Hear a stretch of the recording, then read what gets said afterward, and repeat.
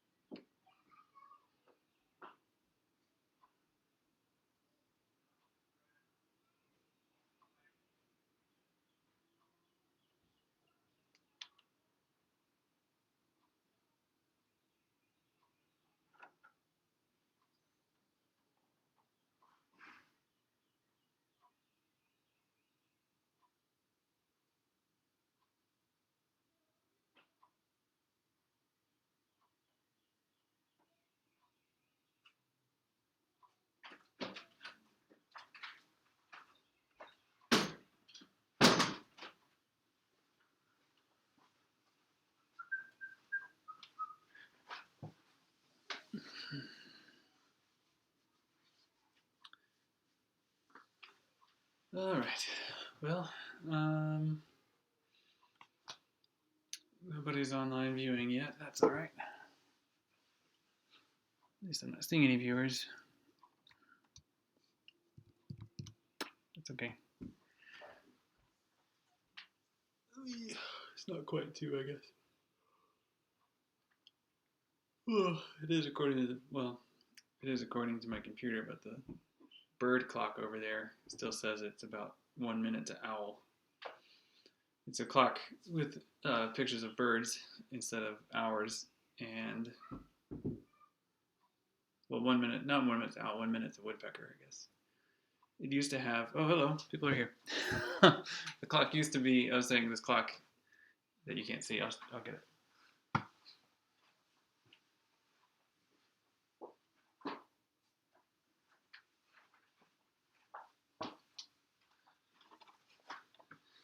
This is a clock in this room that I'm in right now. This is, I'm in my sunroom, and because it's nicer today and it's not as cold, so I can be here. And this is our clock for this room.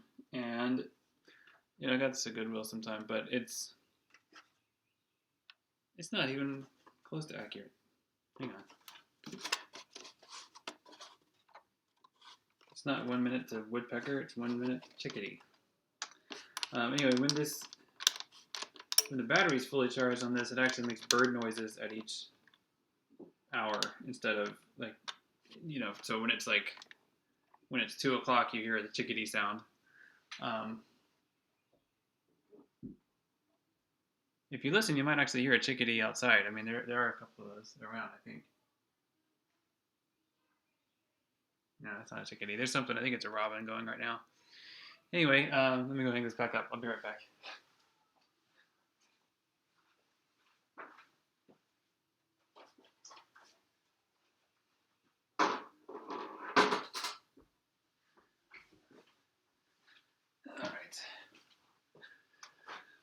All right, so streaming from here seemed to work okay this morning. I'm on Wi-Fi instead of plugging directly into the router, so I was a little concerned about the quality of the connection, but it seemed to go okay this morning. At least everyone this morning on my streams for 101 were able to, they didn't report any problems, so I think it's doing all right. So yeah, my backyard, you can kind of see behind me, I guess, if you're interested in what's going on back there. You might see my kids running around. They're about to finish their schoolwork, and so they usually go running around a lot, although it's just about to start raining and it's very windy. You might also see we have a bird feeder out here, and we put a bowl on the string that hangs down like above the bird feeder. I don't know if you can see it, but it's to prevent squirrels from getting to it, and it's not totally working. So if you happen to see a squirrel while I'm talking, let me know so I can yell at it. So anyway, today I don't have a whole lot planned, actually. I wanted to see where you wanted to go with some things.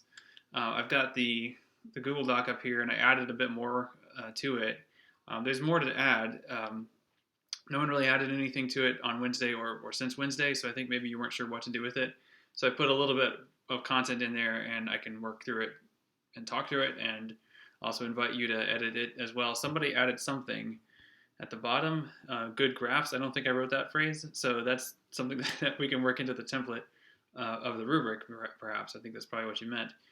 But yeah, there's an anonymous anteater on there right now, which might be one of you all, or someone else. Who knows?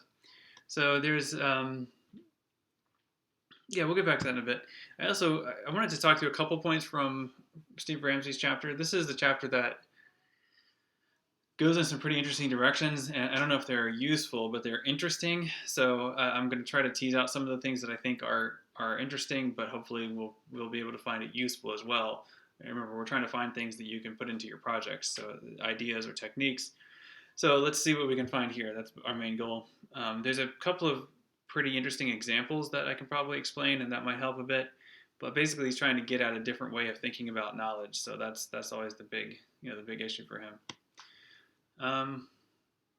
My viewers just dropped. I'm not sure why. I'm down to 2. I was at 10 for a minute, then 11. Now it's 2. So I don't know if people are coming and going, or if those were people that were in the wrong place that needed to leave. So I don't know.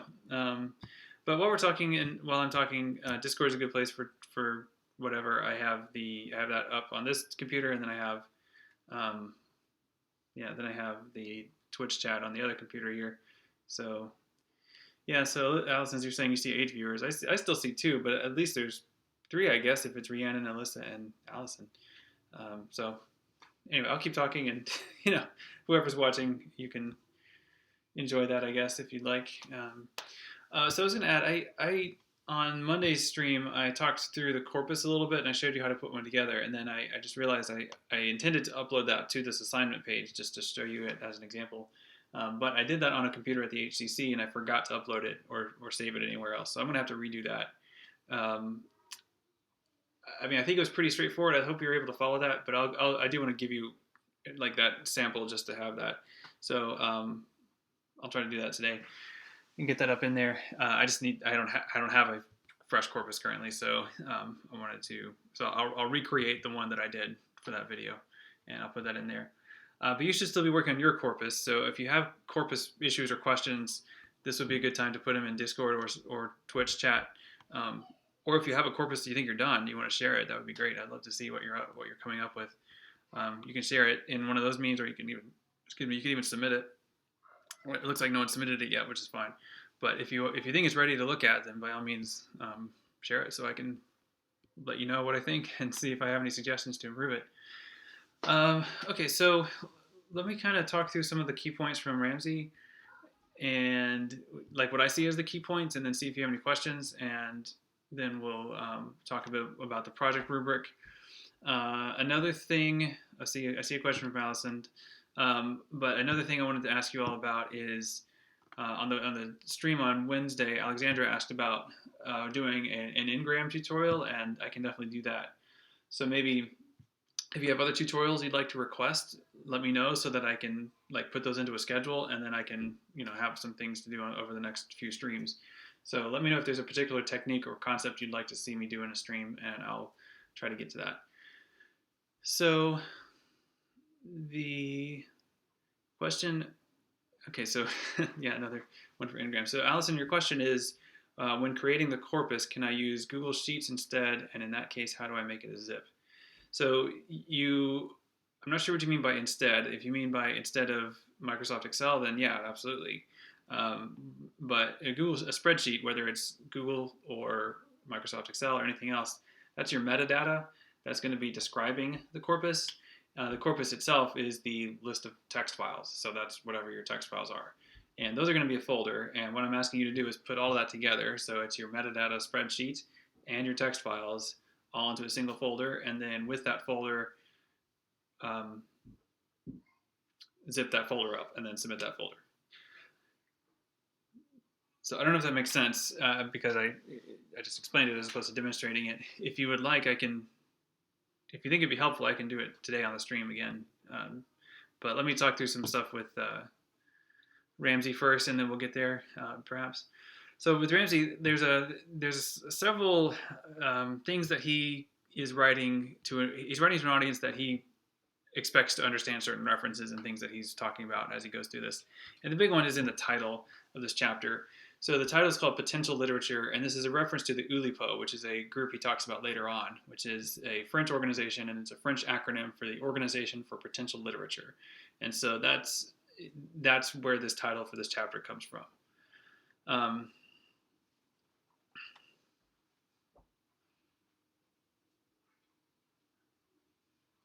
So Alyssa, you can be pretty flexible in this project, but the rubric is going to be defining the parameters, the things that you need to make sure your project does. How you do it can be very different. There's lots of different ways you can do it, but let's talk about that in a little bit. But yeah, it's not so. In other words, not quite as open-ended as the 395 project, where you were defining your goals and your parameters and your evaluation. I'm going to be defining a lot of that in this project, and then you're going to be trying to get to that. But let's talk a little bit more about. Let me talk about a couple points in here. Kind of like with the other stuff we read from Ramsey, a big theme here is looking at epistemology, or different ways of knowing. And Ramsey is interested in finding a middle ground between a scientific way of knowing and a purely subjective kind of humanistic way of knowing.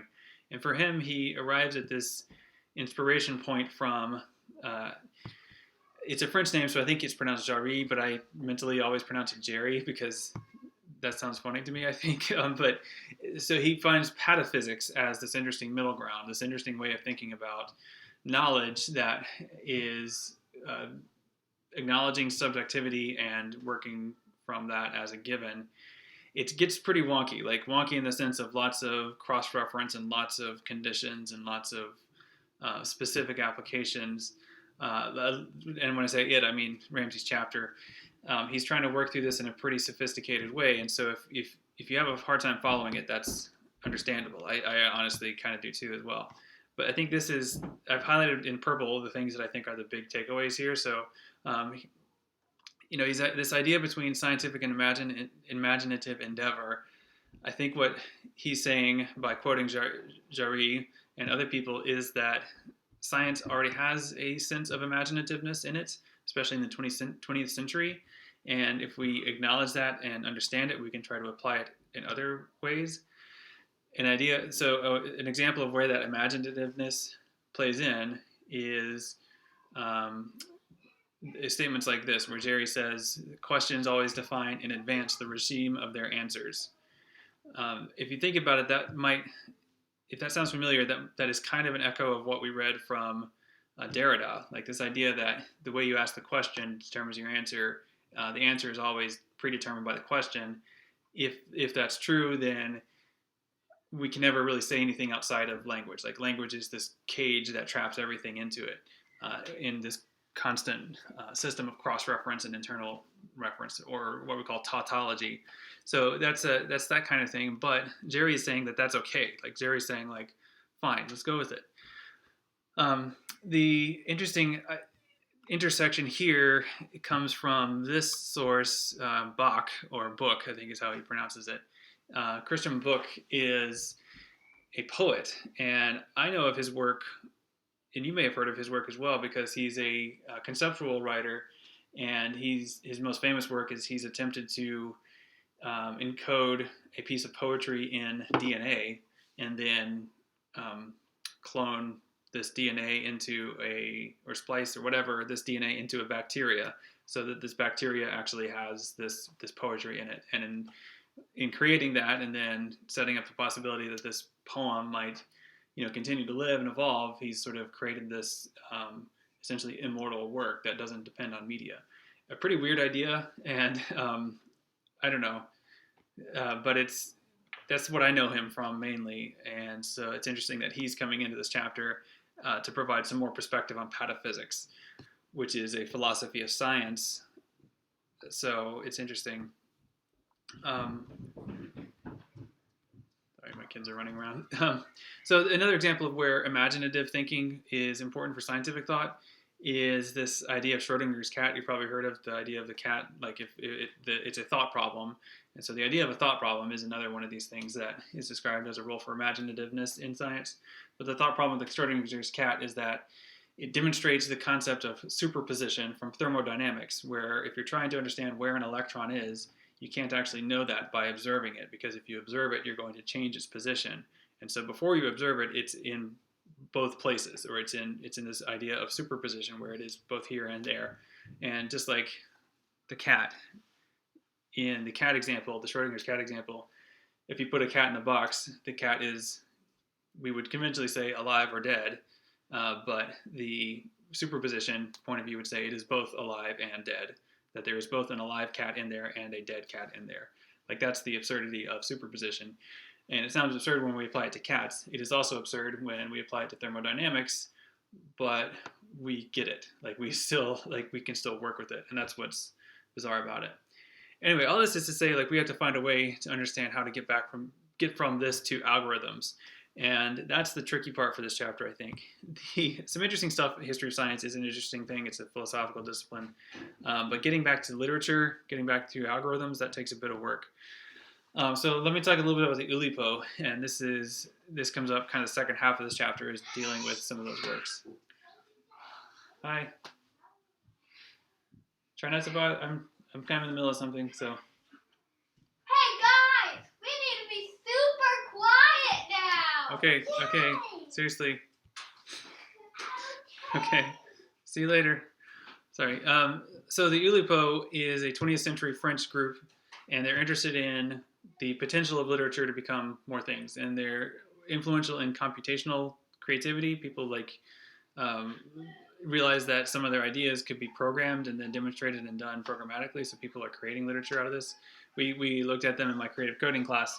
So one of the most famous works in this group is by Raymond Queneau, I don't know how to pronounce that in French, but it's like the 100,000 billion poems. It's a poetry book, but it's really a poetry generator. It's described pretty well here. It's 10 sonnets, and each line of those sonnets is written so that it rhymes consistently with the subsequent lines in every other of those 10 sonnets. And so the original edition of this actually was designed to be sliced, so you could physically cut below each line. So line 1, slice, line 2, slice, and then you could turn to whichever next line you felt like, and then continue reading these poems for the next 190,258,751 years if you wanted to read the whole book. Of course, that's impossible. So it's an idea of using combinatorics to make something that is bigger than the scale of humanity. And that's the kind of thing that algorithms can do, and the kind of imaginative thinking that algorithms can create. What I like to think about with that work is that of those poems, it's impossible to know if any of those are good or if many of them are, but there could be some that are brilliant, and that's what's really fascinating about that kind of scope, or that kind of infinity. It's impossible to know. You could pick one at random and then read it and decide if it's good, but you're just picking one out of any one that you pick is so infinitesimally small. There's really almost no chance of anyone else picking that same poem ever. So you've got a lot of work to do to explain that this is the poem that you've chosen, and you can't. It reminded me of a similar work that this is kind of a visual version of that. So this is a work called Every Icon, and as you can see here, it's by John Simon Jr., and what it's doing is it's iterating through every possible icon. So given a 32 by 32 bitmap, it's turning off and on pixels one at a time in a system that conforms to binary sequences, and so it's working its way, up to whatever. And this is as far along as it's gotten, but as it gets there, like as it works from a completely white rectangle to a completely black rectangle, along the way, every possible completion of these pixels will exist at some point. So at some point, it will spell out your name. At some point, it'll spell out my social security number. And that's fascinating. Like, that's just it's such a strange example of but when that happens might be trillions of years from now. But that possibility is guaranteed by the premise. Like, it's built into this, and it's such an incredibly small pixel grid if you think about it. So there's an interesting work that where did I put it? Yeah, there it is. So this is a derivative work, not derivative, but a response to that Every Icon by Patrick Lemieux. And what he does is he says given an icon, he starts from the other side. He says given some icon like this particular shape, this is the logo for the Electronic Literature Organization, or let's say given these icons from the original Mac operating system, when will this icon occur? And you can calculate it because it's a determinative sequence. Like you can get to find the year. And you can kind of see in these screenshots. This program, I couldn't get the actual program that Patrick created to run, but you can see screenshots of it here. This extremely large number, which is impossible to say out loud, is the year in which this icon will appear. So we have a while. I mean, I'm pretty sure longer than the age of the universe. So this is the kind of thing that's, again, like the scope is enormous beyond the ability to understand Steve Jobs. So yeah, interesting stuff. Again, this is where I think the potential of algorithms and the potentiality of literature, when thought of as a programmable object like the Oulipo did, I think that's where these two things can come together. The trick is still going to be trying to kind of getting it back to your work, I think. There's some other examples here, but one of the works that we'll look at a little bit later is when we read Mark Sample's piece on deformed literature. One of the things he did is he did an Oulipian, like he used one of the Oulipo's techniques to create a new critical work. What he did was he took a book, an open access book called Hacking the Academy, and he ran that book through what's called an N+7 transformation, which is a technique created by the Oulipo. And Mark Sample created a new book called Hacking the Accident. And it is very similar to the original book, but every noun is replaced by whatever word occurs 7 entries later in a dictionary. And you can program that, like you can let a computer do that. And it's a kind of thing that is computational, algorithmic, even though the actual coding is fairly trivial. But as such, it's an interesting idea because of it being a performance. So anyway, I might need something's happening and my kids are, I think, wrestling.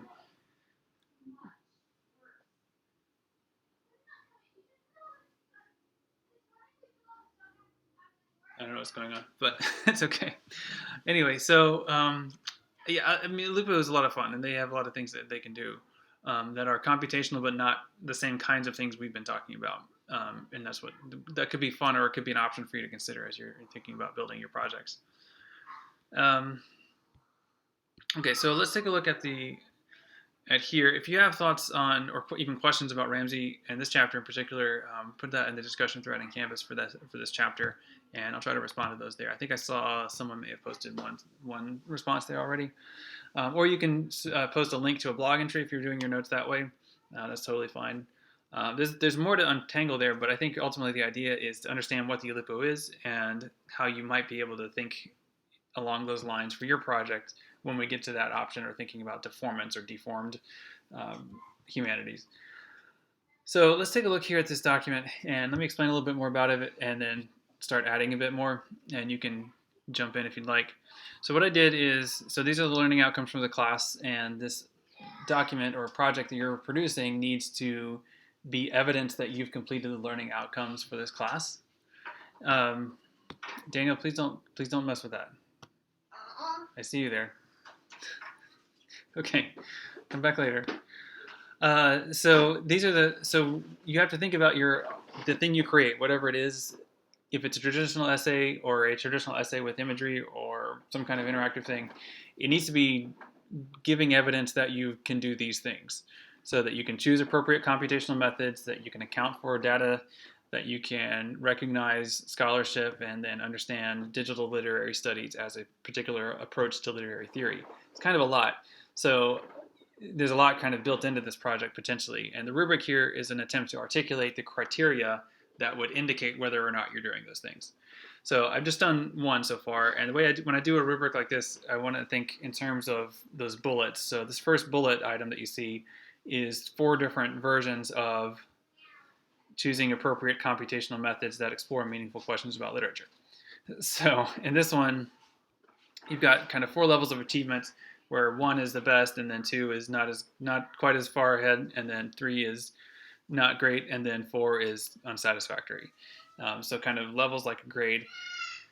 The 2 to focus on are really 2 and 3, like the middle, and then the outliers come next whenever I think of these things. So at a minimum, here's kind of your baseline that you should be shooting for, which is that algorithms, methods, programming employed in your project are consistent with established practices or build upon prior work.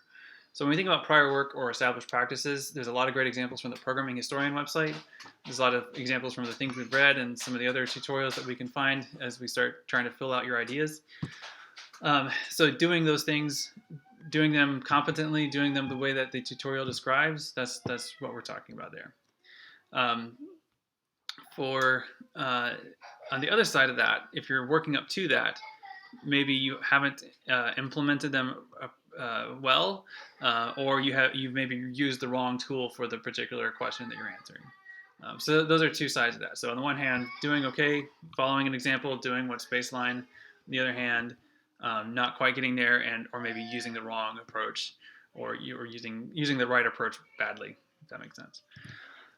So on the other side of that, the kind of, I guess, worst case scenario would be you aren't using any computational methods at all. And then the best case scenario would be you're building up prior work, but you're also applying a novel or sophisticated technique, and ultimately you're providing evidence that supports a meaningful literary analysis. That literary analysis bit, I think, might even make sense to add to meeting expectations, because it needs to have a point. So I don't know. Let me add that in here. This is an editable document, and I do intend for you to contribute your ideas or revise mine here. So if you feel like correcting it, then go ahead. You can do it if you're not sure. You can do it as a suggestion. With Google Docs, you can click this, and then you can go to suggestions. So you can make suggestions, and then if I agree, I can accept them, or someone else can. So let's see. I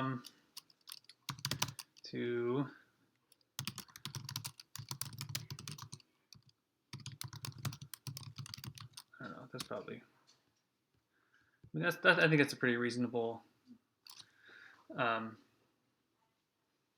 thing to append there. Like that's should be happening. So we're in this case now, the difference is that the techniques are novel or sophisticated. Novel, like new, like this is something that no one's ever thought to do before, or it's particularly sophisticated. That would be a bit more of a subjective thing to think about, but I think that is the case, that some of these techniques are frankly easier than others, and so if you're doing one of those, then certainly that would meet expectations. But if you take something a little bit further, that would be maybe exceeding expectations. So one thing I thought about for this first bullet, by the way, you've got, like, somebody added good graphs down here, and I don't mention visualization in this, but I do think that might be a reasonable thing to add. So in my list here, the algorithms, methods, or programming, what if we add, just thinking if anyone's chatting here, what if we add algorithms, methods, visualizations? I should probably spell it right.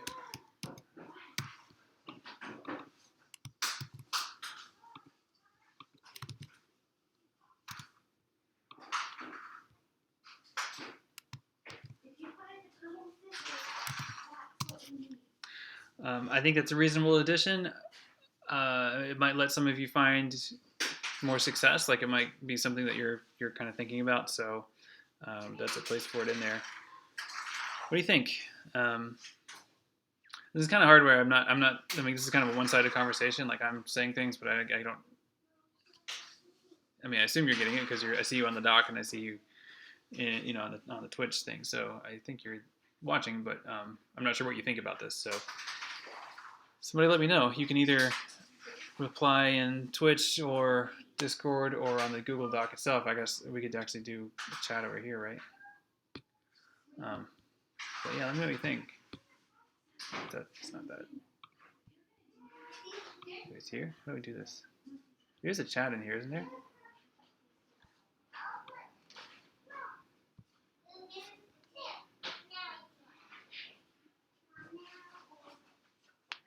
Okay, thanks, Allison.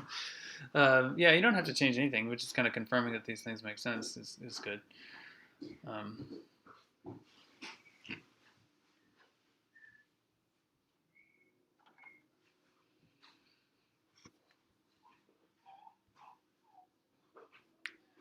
so it looked like Anonymous Koala just highlighted that bit about novel or sophisticated techniques. If that's the distinction, then I think you might have a question about what difference that makes, or how we would know.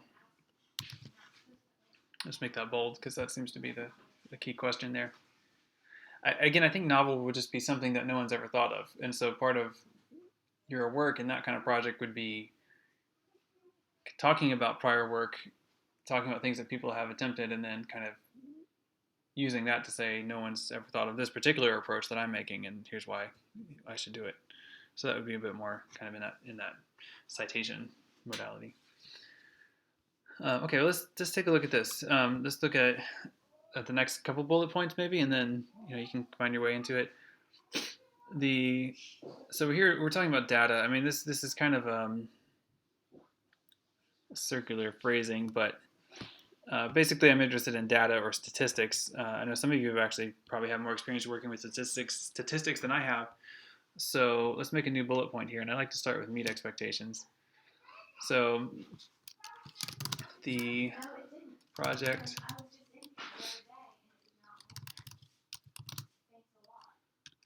presents data or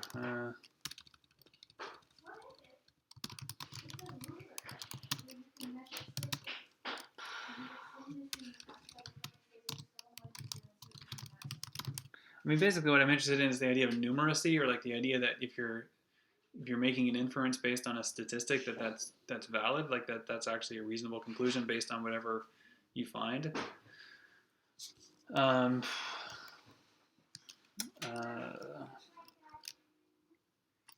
don't know.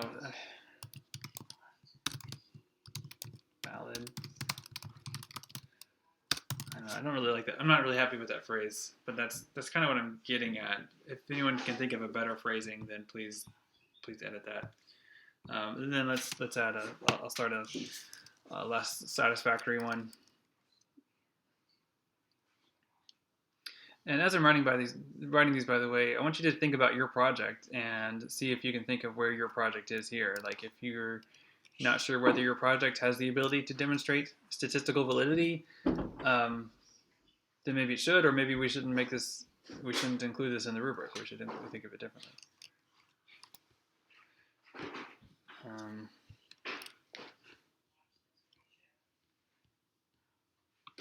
Maybe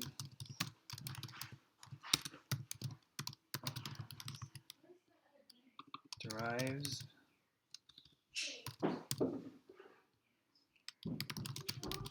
from the data produces, something like that. I think derives might be a better word than draws. I don't know, I kind of like that. I'll leave that for a minute, but feel free to edit if you have any other thoughts.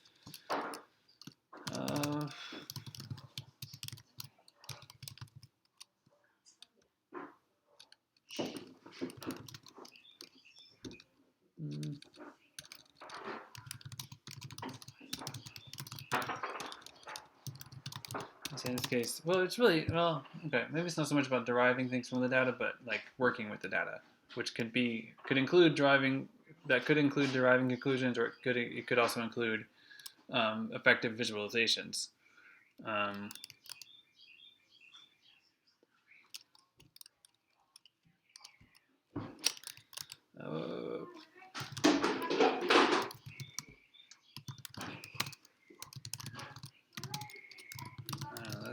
That's really more of a below expectations.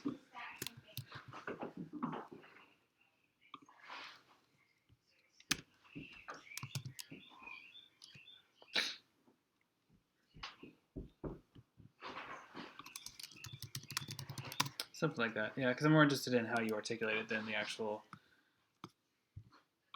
conclusion part.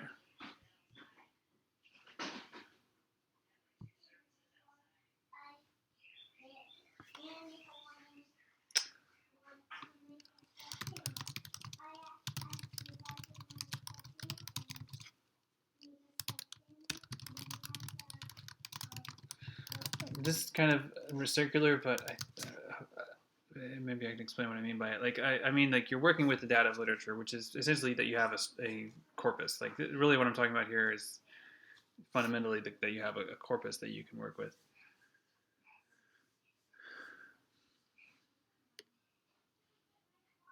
Oh, we have comments here. Let me see. The scrolling is inverted on this particular screen.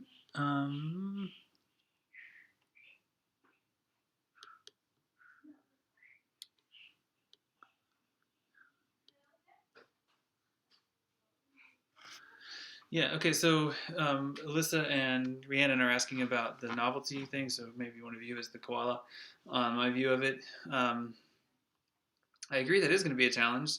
But you're certainly able to meet that goal of, as it says in the sort of meeting expectation side, of building on prior techniques. The challenge is going to be kind of doing something new with it. So maybe we need something in the exceeding category that doesn't just depend on the technique. In other words, you can use a technique that exists, but you do something really interesting with it or compelling. I mean, that's kind of a qualitative comparison, but it's sort of, what if we say compelling literary analysis as opposed to meaningful literary analysis? I don't know if we can say precisely what that difference is, but I feel like there is a difference there. I don't know. Well, I'll leave that there for now, but feel free to edit this, And really, I mean, feel free to edit. I mean, I put these things as suggestions, so if you think it's a good one, go ahead and add it. Someone else could change it later if they disagree. Like, that's the point of this document. So, okay. So it needs improvement for data might be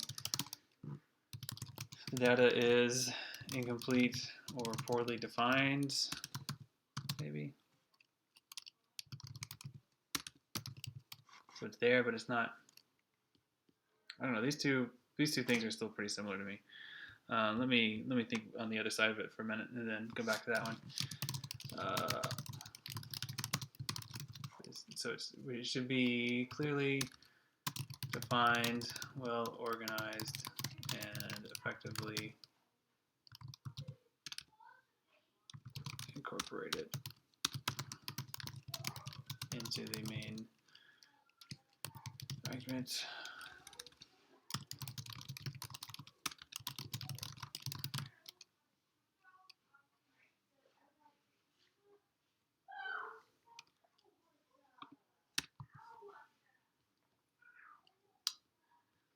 Yeah, okay.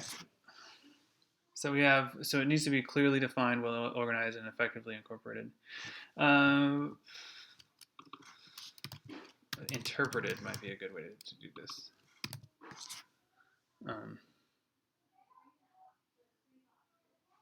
Because I think that's probably the key when we think about the relationship between rhetoric and data is interpretation.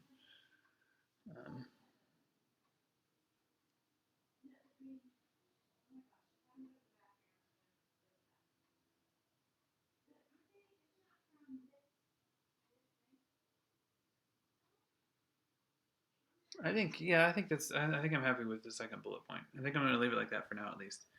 And of course, you can edit this later, especially if you're watching the stream later. Okay, so then the last two kind of go together. The last two bullet points, they're understanding the network or the scholarship around what you're doing, and so you need to understand digital literary studies and the digital humanities. So that's things we can add in here. Again, let me start with this bullet point. I'll keep my bullet points consistent so that the third one now down here relates to the third one up here.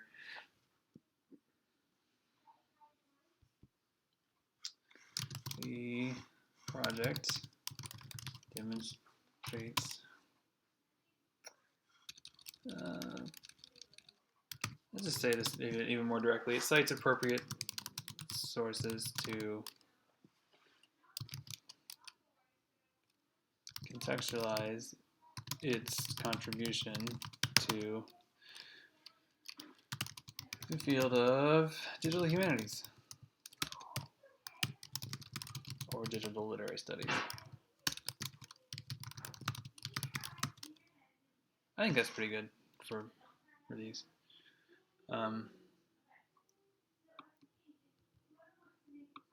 When I talk about contextualizing contributions, I just mean like making sure that if you're doing something that you are citing any prior work that's similar to it or that you're responding to.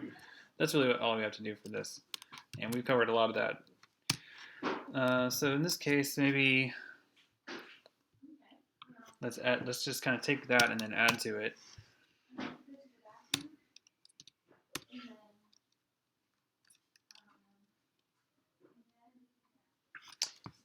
And offers,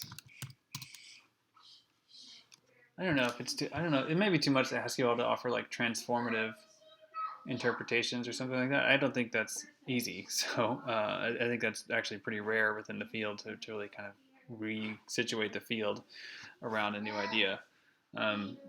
So I don't think it would be fair to ask you all to do that. I'm looking for the right word for this next bit. The project cites appropriate sources.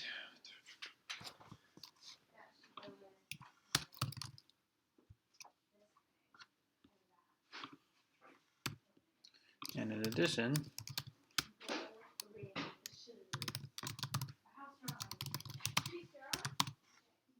oh, somebody's, yeah, go for it. Go for it, Anteater.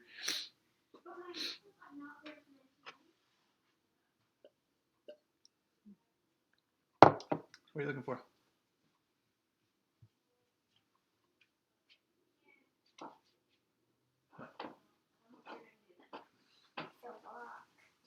Okay, there's a lot of rocks out here.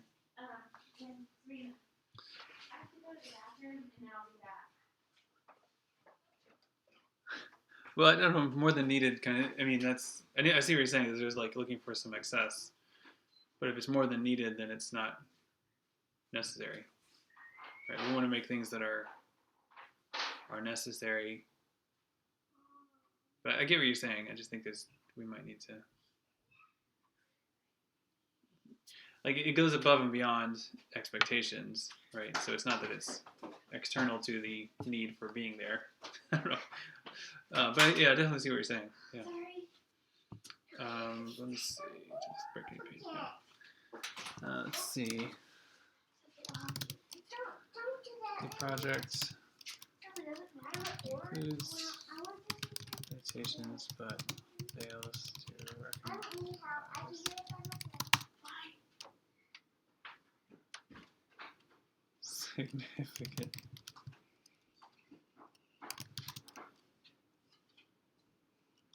Yes, you definitely could, Rhiannon. Somebody's writing something here. Yeah, I get that, Koala. Hang on, let me finish my thought here.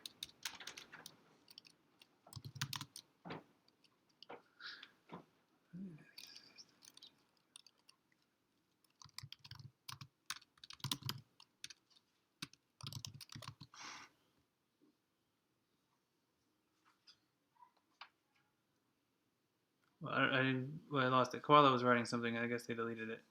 But you know, Nady, you think they were saying, keep in mind that we're working with limited resources at home. Yeah, absolutely. So, you know, what do you need in order to be successful with this? If it's something you don't have access to, then certainly I won't expect you to have access to it. So let's work with what you've got. But I think what you've got here, you know, if we're talking about appropriate sources that contextualize your contribution, I mean, they're all listed in accessible, like they're all through the library reading list thing in Canvas. So they're all there. It's just kind of knowing which ones kind of takes some work and some conversation sometimes. And unfortunately, we have to do that kind of conversation stuff remotely, digitally. But we definitely should.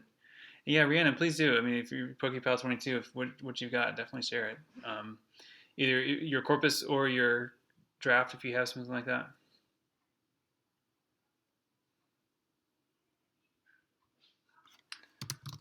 Yeah, I don't know. But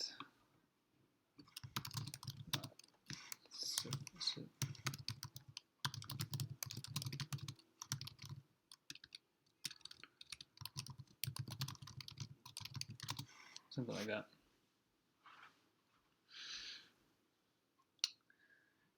Yes, this should be an essay with citations, Allison. So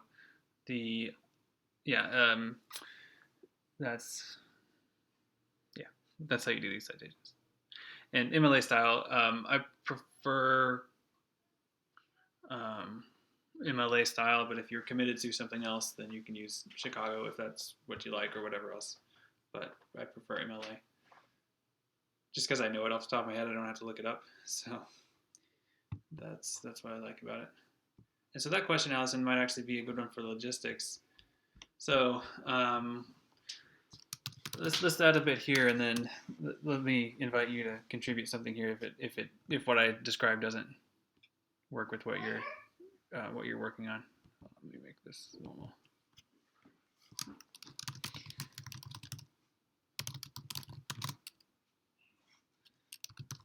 Create a let's say Colab notebook web page, Google Doc, or some other digital. Actually, I'm going to rephrase this sentence. Digital presentation.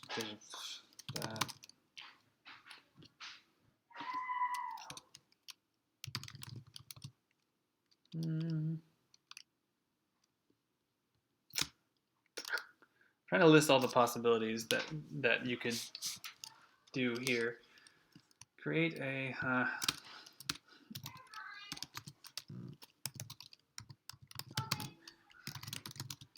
some digital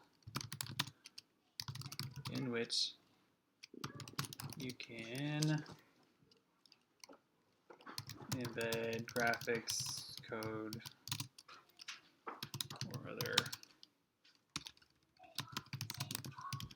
algorithmic elements. This could be a let's say Python notebook to be more generic.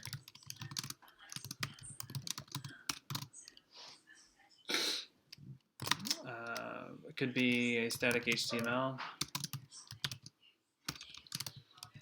a Google Doc, a WordPress post. Anything else that you're interested in that I'm not including here? If there is, add it. And then if I don't think it's acceptable, then I'll let you know. But I think you could definitely work with any of these. I think it's just a Microsoft Word document might be harder to work with because you don't have the ability to embed things as well.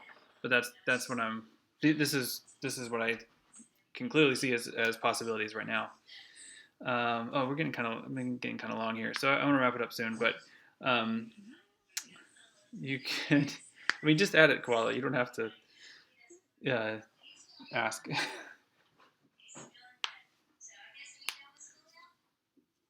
But yeah, if you mean images of graphics, then yeah, probably. And I'm guessing Koala is Rhiannon, but if you're talking about like I think you mentioned doing infographics with text above and below and around, that would be acceptable. Yeah. Okay, so I wanted to mention one thing. The other day, I discovered when I was talking, I discovered on Voyant Tools they had this thing called Spiral notebooks, and they are, I think, meant to be similar to Colab notebooks or Python notebooks. I tried to work with it a little bit, and I don't think it's really going to work for many of you. A couple of big differences. So, well, a couple of pros and cons. One of the pros is that it has the ability to do the different Voyant visualizations built into it, like they demonstrate here. So that's good. And those Voyant visualizations are convenient, and they're already coded, so they work. The problem is that the documentation for this is non-existent. Like I couldn't find it, and even if you like click on their links, they're broken. So there's not much, I can't really go further than this. They mentioned that this is a document that has a Python notebook version, but if you look at it, it's really not, it's not the same thing, and the link doesn't, it's a Python version, and it's, and it's not actually talking about how to work with their API, which is the thing I'm missing from this. Like they talk about loading a corpus, like you can load their Austin corpus, but I don't want the Austin corpus. I have my own corpus. I want to put my own in here, and I can't find any documentation that explains how to do that. So that's the major downside to it. Another downside, it's a little bit less important, I think, but another downside is that it's all JavaScript instead of Python. JavaScript is fine as a language. It's just like if you only know Python then it's hard to switch. And also, if you've just barely started learning Python, it's kind of hard to just switch gears into JavaScript and start learning that too. So that's another downside. Another one is like there's not like an account you log into and you can save these as. You have to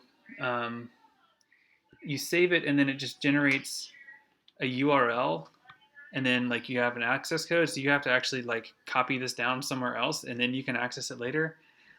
It's not an unreasonable way to do it, but it's it's a lot to explain and work through, and I don't really like it. So it's kind of similar to the way that if you've worked with Twine, it's kind of similar to the way that those work.